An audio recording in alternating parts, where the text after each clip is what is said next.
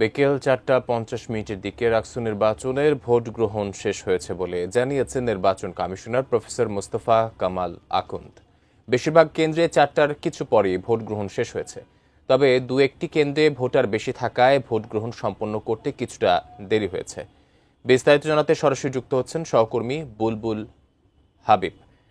রাজশাহী বিশ্ববিদ্যালয়ে আছেন বুলবুল হাবিব। বুলবুল, কি দেখছেন, নির্বাচনের খবরাখবর কি আছে এবং যারা ভোট দিতে এসেছেন তারা কি বলছেন, জানাবেন বিস্তারিত।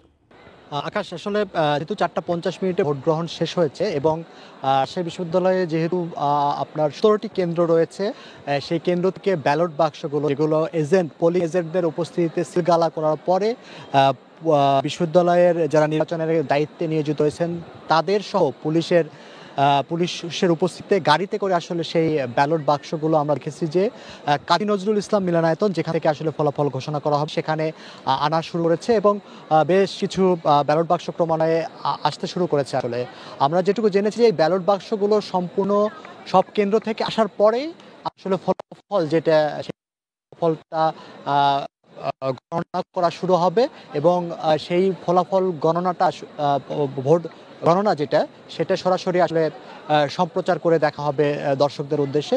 তো যেহেতু আসলে এই যে সকাল 9টা থেকে ভোট গ্রহণ অনুষ্ঠিত হয়েছিল এবং বিকাল 4টা পর্যন্ত ভোট গ্রহণের সময়সীমা থাকলেও যেহেতু অনেক কেন্দ্রেই ভোটাররা ভেতরে ঢুকেছিলেন, ফলে 4টা 50 মিনিটের দিকে ভোট গ্রহণ শেষ হয়েছে। তো নির্বাচন কমিশন আশা করছে যে 72% ভোট পড়েছে, এরকম তারা প্রাথমিকভাবে ধারণা করছেন। তো যেহেতু একটা আয়োজন অনুষ্ঠিত হলো, আমরা দেখেছি সকাল থেকে বেশ উৎসব মুখর পরিবেশ এটা নির্বাচন অনুষ্ঠিত হলো এবং ভোটাররা আসলে গুরুত্বপূর্ণ আমরা অভিযোগ খুব বেশি দেখিনি।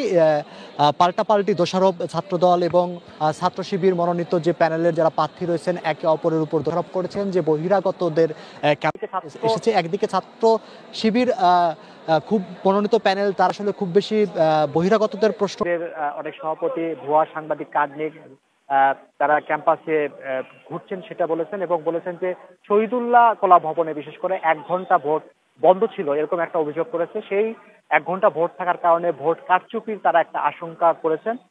এই অভিযোগ ছাড়া আসলে আমরা কোনো অভিযোগ কোনো প্রার্থীদের দেখিনি এবং বলা যায় যে পুরো ফেস্টিভ মুডেই পুরো ক্যাম্পাসে আজকে নির্বাচন অনুষ্ঠিত হয়েছে। শুধু রাজশাহী বিশ্ববিদ্যালয়ের শিক্ষার্থীরাই যে ভোট নিয়ে একটা উচ্ছ্বাস আনন্দ উদযাপন করেছেন এমনটি না, আমরা দেখেছি যে বিশ্ববিদ্যালয়ের চারপাশের বিভিন্ন ফটকে কিন্তু বিএনপি এবং জামাতের নেতাকর্মীরা কিন্তু অবস্থান নিয়েছে। বিশেষ করে বিনোদপুর এলাকায়, কাজলা এলাকায় এবং বিশ্ববিদ্যালয় স্টেশন বাজার এলাকার পাশে, বিশ্ববিদ্যালয়ের চারপাশে সেখানে সামিয়ানা টানিয়ে আপনার তারা পিকনিকের মতো উৎসব আয়োজন করেছে, এরকম একটা বিষয় ছিল। তবে গুজব কিছু ছড়িয়েছিল, যেমন আপনার সেটা পুলিশ কমিশনারের পক্ষ থেকে দাবি করা হয়েছে যে আসলে সেগুলো গুজব, যে অস্ত্র বিতরণ করছে এরকম ধরনের একটা বিষয় নিয়ে আসা হয়েছিল। তো আবার বোমা ফাটানোর একটা সামাজিক যোগাযোগ মাধ্যমে এরকম একটা ছবি ছড়িয়েছিল, সেগুলোকে আসলে পুলিশ কমিশনারের যে টিম রয়েছে তারা বলছে এগুলো আসলে গুজব, মিথ্যা তথ্য। তো আকাশ, সব মিলিয়ে বলা যায় যে এখন সবাই আসলে ভোট যেহেতু গণনা শুরু হবে সব ব্যালট বাক্স নেওয়ার পরে, সেদিকে আসলে সবাই তাকিয়ে আছে। তো এই ছিল এখান থেকে যেহেতু ভোট শেষ হওয়ার পরে এখন গণনা শুরু করবে আসলে কিছুক্ষণ পরে, তার খবর।